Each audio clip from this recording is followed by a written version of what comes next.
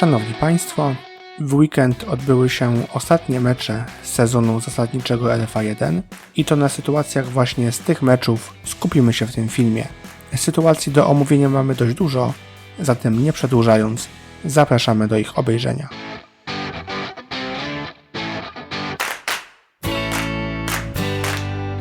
Na początek porównamy sobie dwie sytuacje związane z atakiem na zawodnika podającego. W pierwszej z nich miał miejsce faul i na boisku pojawiły się flagi, natomiast w drugiej faulu nie było, mimo że uderzenie było bardzo silne. Spróbujemy w związku z tym wyjaśnić, skąd wzięła się różnica w ich ocenie.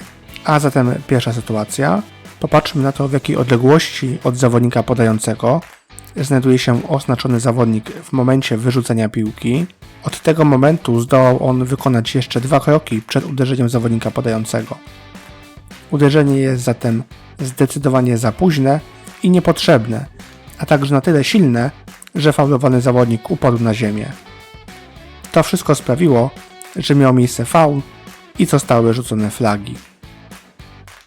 W drugiej sytuacji faulu nie było, pomimo tego, że uderzenie jest zdecydowanie mocniejsze. Spróbujmy zatem wyjaśnić, na czym polega różnica pomiędzy tymi dwiema sytuacjami. Przede wszystkim związana jest ona z czasem, jaki upłynął od momentu wyrzucenia piłki do momentu uderzenia. W poprzedniej sytuacji zawodnik faulujący był w momencie wyrzucenia piłki kilka kroków od zawodnika podającego, a w oglądanej akcji znajduje się w zasadzie tuż przy tym zawodniku. Uderzenie nie jest zatem zbyt późne. Zawodnik nie atakuje także podającego w kask. Cała siła uderzenia jest przełożona poniżej linii ramion, w związku z tym nie było także targetingu.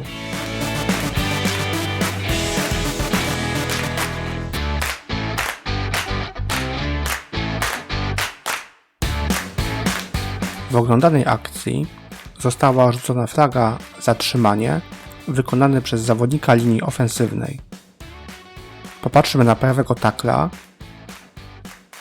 Zawodnik ten w pewnym momencie chwyta obrońcę za przód koszulki i wykonuje pociągnięcie, w wyniku czego obrońca upada na ziemię. Samo trzymanie ma miejsce w momencie wyrzucenia piłki przez rozgrywającego, przez co można uznać, że wpływ na akcję był niewielki, ale pamiętajmy, że zgodnie z wytycznymi oceny holdingu, które są zawarte w mechanice sędziowskiej, abyśmy mieli faul, to trzymanie musi mieć wpływ na akcję lub być bardzo widoczne. Tutaj to złapanie i pociągnięcie jest wyraźne, a dodatkowo spowodowało upadek zawodnika obrony.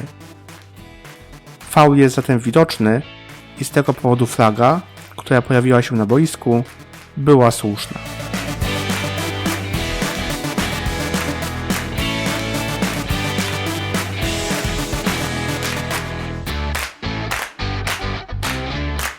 Kolejna sytuacja związana jest z uprawnieniem do łapania podania do przodu. Popatrzymy na oznaczonego zawodnika. Zawodnik ten jest od początku akcji uprawniony do łapania piłki, ale gdy piłka była w locie, nadepnął on na linię boczną. Takie nadepnięcie jest oczywiście traktowane jako wyjście poza boisko, a co za tym idzie, zgodnie z przepisem 7.3.4 zawodnik ten nie może dotknąć podania do przodu, dopóki nie zostanie ono dotknięte przez zawodnika obrony lub sędziego. Jeśli taki zawodnik po wyjściu poza boisko zdoła wrócić w pole gry i dotknie piłkę, to jest to faul, nielegalne dotknięcie, za które karą jest strata próby w miejscu poprzednim. W oglądanej sytuacji zawodnik wyskoczył jednak w powietrze z linii bocznej, nie ustabilizował się zatem jako zawodnik w boisku, dlatego nie ma faulu za nielegalne dotknięcie, ale zgodnie z przepisami rezultatem akcji jest niekompletne podanie. Mimo tego, że zawodnik wylądował w boisku, to w momencie dotknięcia piłki traktowany był wciąż tak, jakby był poza boiskiem. W tej sytuacji line judge początkowo rzucił flagę za nielegalne dotknięcie, ale po konsultacji z field judge'em, który miał na to lepszy widok, flaga została odmachana i podanie zostało słusznie uznane za niekompletne.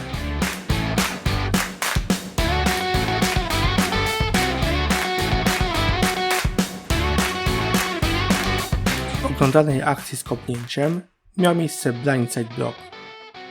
Oznaczony zawodnik wpada ciałem swojego przeciwnika. Uderzenie jest niewątpliwie mocne, jest wykonane ze strony niewidocznej dla zawodnika blokowanego, ma także miejsce w otwartym polu. W tej sytuacji faul jest oczywisty.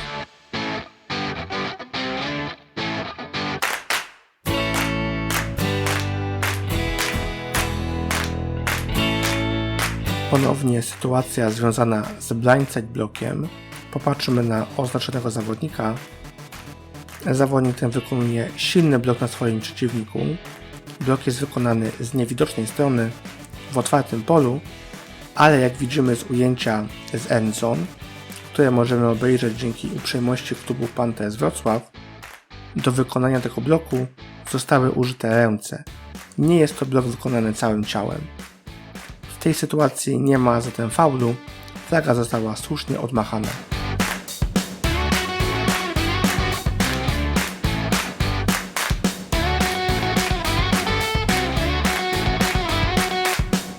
Tym razem omówimy utrudnianie możliwości złapania podania. Popatrzymy na oznaczonego zawodnika. Zawodnik ten nie gra piłki, wyciągniętą ręką trzyma i ogranicza przeciwnika, a na koniec wpada w niego całym ciałem. Nielegalny kontakt jest tutaj oczywisty i flaga była słuszna.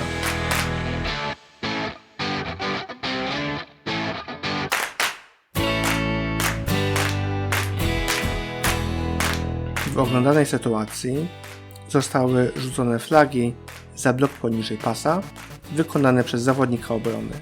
W futbolu 11-osobowym obrońcy mogą blokować w strefie 5 yardów przed i poza strefą neutralną. Ten blok jest wykonany ponad 10 yardów poza tą strefą, a zatem jest nielegalny i flagi zostały poprawnie rzucone.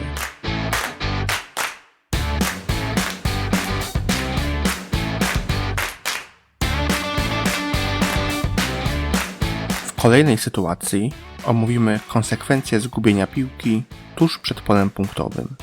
Jak widzimy, piłka niczyja została odzyskana przez zawodnika obrony poza tym polem, już poza boiskiem.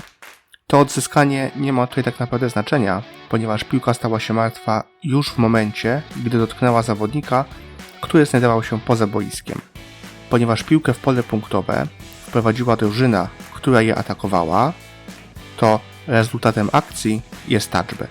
Zastanówmy się jednak, co by się wydarzyło, gdyby nie było tego dotknięcia przez zawodnika poza boiskiem, a piłka zostałaby odzyskana w polu punktowym.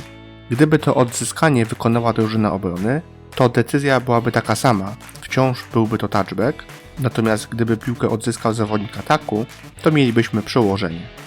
Oczywiście z tego ujęcia nie możemy powiedzieć na 100%, w którym miejscu piłka została zgubiona. Musimy zatem zaufać ocenie field judge'a, który był bardzo dobrze ustawiony, aby poprawnie ocenić tę sytuację.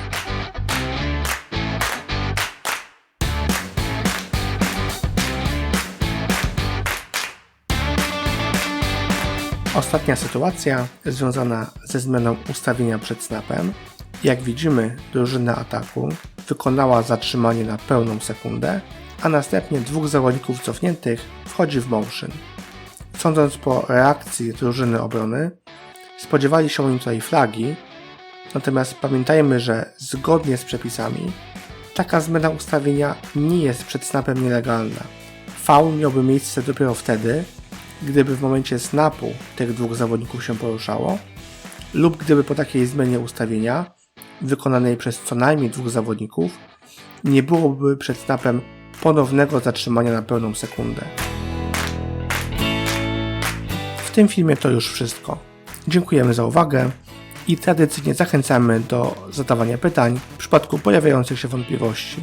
Zachęcamy także do śledzenia profilu Polskiego Stowarzyszenia Sędziów Futbolu Amerykańskiego na Facebooku i do usłyszenia w kolejnych filmach.